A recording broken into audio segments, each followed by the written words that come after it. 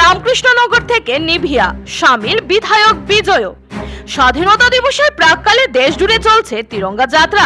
আজ ভৈরবনগর রামকৃষ্ণনগর দুর্লভছড়া মণ্ডল যুব মোর্চার উদ্যোগে এক বিশাল তিরঙ্গা যাত্রা বের করা হয়।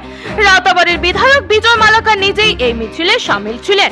এছাড়াও তিনটা মণ্ডলের যুব মোর্চা মণ্ডলের সম্পাদক, প্যারেন্ট বডির সভাপতিও উপস্থিত ছিলেন।